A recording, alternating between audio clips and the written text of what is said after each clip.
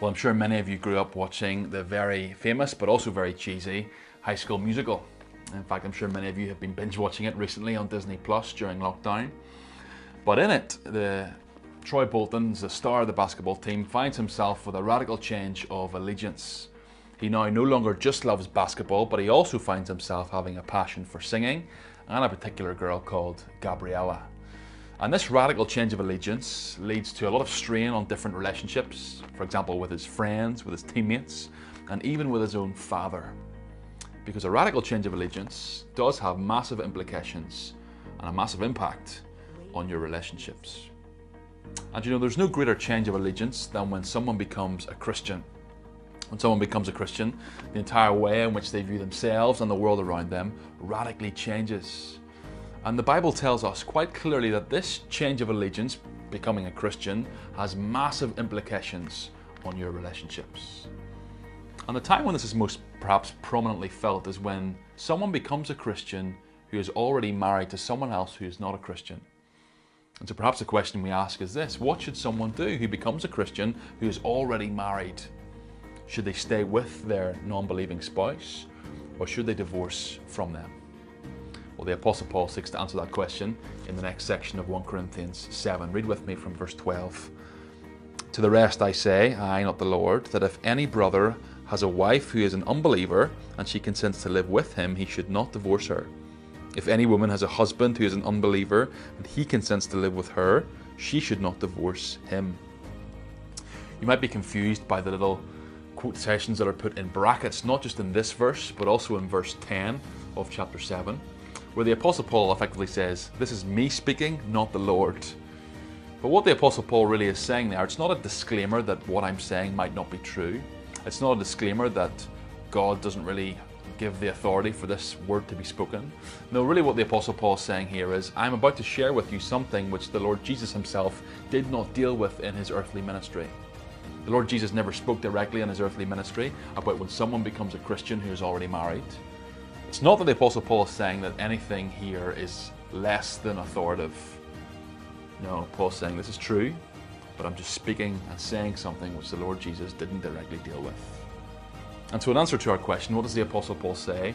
When someone becomes a Christian who is already married, the Apostle Paul says this: you should remain married.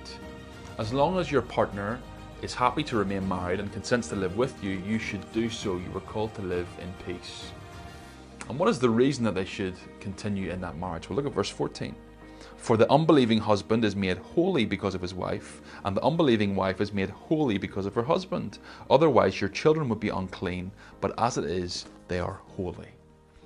Here's the reason the Apostle Paul gives for believing spouses staying with their non-believing spouses.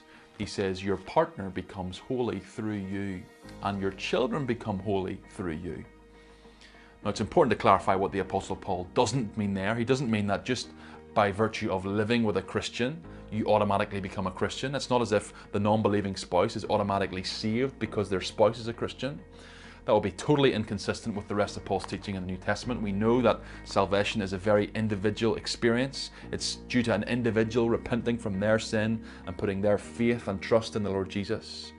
In fact, if you skip down to verse 16, you'll get further clarification that that's not the case, because look what Paul says there. He says, for how do you know, wife, whether you will save your husband, or how do you know, husband, whether you will save your wife? In other words, the Apostle Paul says in verse 16, by virtue of living together, perhaps sometime in the future, your non-believing spouse may become a Christian. And so when the Apostle Paul here says, your husband becomes holy by living with you, or your children become holy by living with you, he doesn't mean that they're made holy in the sense that they will become a Christian or they're automatically a Christian. What he really means is they experience unique blessings that they would not experience should they not live in the same house as someone who was a Christian. Do you know it's a unique thing to live with someone who's a Christian? Someone who's a Christian has the Spirit of the living God living within them. That's a privileged thing to live with. And so the Apostle Paul says you are privy to unique blessings if you live with a Christian. I think the reason he uses the word holy, it seems like a strange word to use, is because he's specifically and directly conflicting perhaps the message that some of the Corinthian believers were telling people who were in this situation. Quite often, perhaps, what you would find is that someone was married to a non-Christian who they were married to before they became a Christian, and many of these Corinthian believers were coming to them and saying, do you know you're being defiled or made unclean by living with your non-Christian husband or wife? And so the Apostle Paul probably uses such strong language to counter the strong language that these Corinthians were saying. No, you're not defiled. Actually, Paul goes to the other extreme. You're made holy. You're made holy. And so perhaps that's why the Apostle Paul uses such strong language. But while Paul gives this advice to believing spouses not to separate from their unbelieving spouses, he's very aware that for some, their spouse may not react so kindly to the fact that their partner has become a Christian. Some non-believing spouses may be frustrated at their partner's newfound love of the church, their desire to study the Bible. They might be annoyed at their desire maybe to tithe money to the church. And so some will, Paul says, realistically want to get up and leave. And so the Apostle Paul says to the Christian spouse, if that's the case, let them go. Let them go. Look at verse 15. But if their unbelieving partner separates, let it be so. In such case, the brother or sister is not enslaved. God has called you to peace. Paul says if you become a Christian and your spouse who's not a Christian wants to leave, let them go. You were called to peace. In this case, divorce is permissible. Notice he says it's not ideal. The Bible holds a very high view of marriage. We always want, where possible, for the marriage to remain intact. But Paul says in this very unique scenario, divorce is, for the Christian, permissible. So here's your challenge for today. Issues like this are not uncommon in our church, and it's a very difficult, very messy one to deal with, as is all cases of divorce and remarriage. Why don't you pray for your elders and your pastors who have to muddle through situations like this every single week? It's difficult, it's messy, it's tough, and they need a lot of God-given wisdom. And so why don't you pray for them today?